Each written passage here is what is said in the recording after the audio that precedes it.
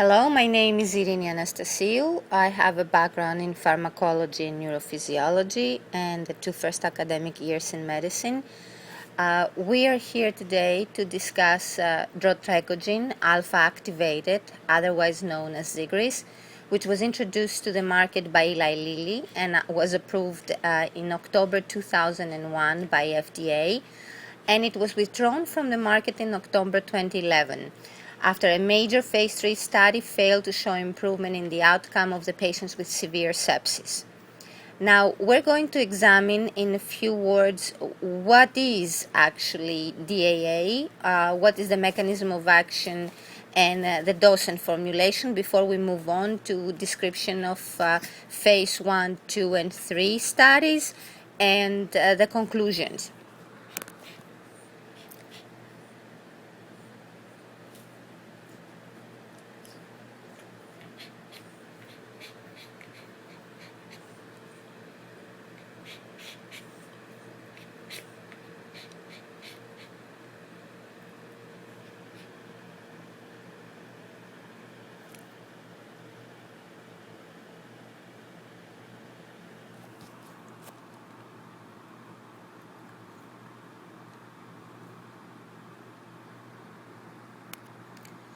Drotrecogin is a recombinant human activated protein C, and as we know about activated protein C is an endogenous protein, promotes fibrinolysis and inhibits thrombosis and inflammation, and is an important modulator for the coagulation and inflammation associated with severe sepsis. It is also converted from its inactive precursor to the protein C by thrombin coupled to thrombomodulin, and reduced levels of protein C are found in the majority of patients with sepsis, and that's why it is the association between protein C and sepsis. Besides that, activated protein C is also a regulator of TNF alpha, IL-1, IL-6, IL-8, and at the same time it's also an inhibitor of plasminogen activator inhibitor 1. According to global RPH, it comes in one form. It comes as infusion vials with two different concentrations. One is a 5 mg vial, the other one is 20 mg vial. They're both reconstituted by sterile water, and the administration is done via IV at an infusion rate of 24 micrograms per kilogram per hour times 96 hours. It is notable that there is no dose escalation or bolus doses of Zigris, and at the same time, if there is any type of bleeding, we should immediately stop the infusion. No dose adjustment is required regardless of age, hepatic impairment, or renal impairment.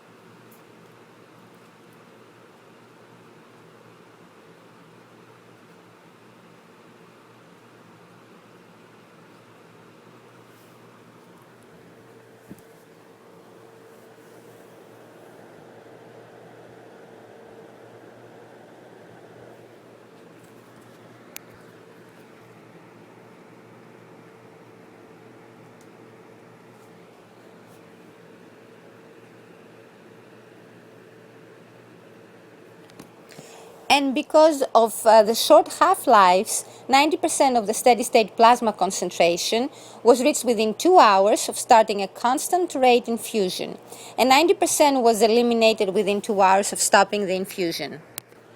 The pharmacodynamics showed that the APTT ran a parallel course with activated protein C.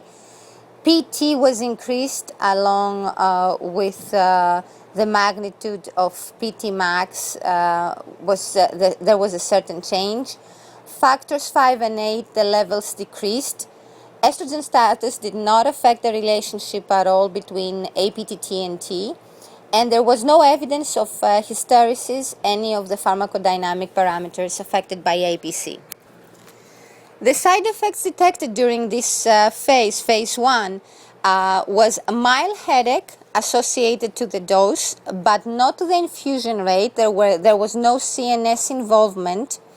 Ecchymosis at the site of venipuncture,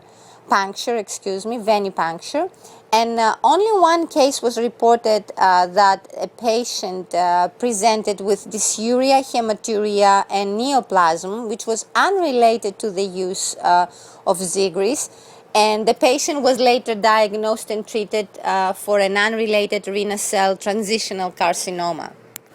Now, since in overall the side effects were very mild and we only had one case of the reported dysuria and hematuria and neoplasm, which was apparently unrelated, the determination of the safety was made and the drug moved to phase 2 to determine dose ranging and formulation.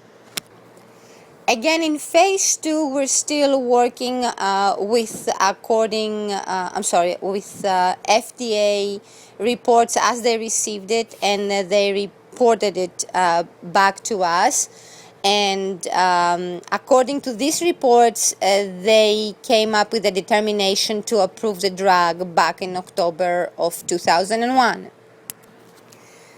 The phase 2 study was a randomized, double-blinded, placebo-controlled study designed to investigate the safety and pharmacokinetics of Zigris in patients with severe sepsis and to determine an effective infusion rate and duration for use in subsequent studies. An effective infusion rate and infusion duration were determined by evaluating the effect of DAA administration on the coagulation abnormalities associated with severe sepsis. The primary markers of coagulation measured in the study were the D-dimers level, fibrinogen level, platelet count, and a primary marker of inflammation measured was IL-6, and protocol-specified primary analysis was based on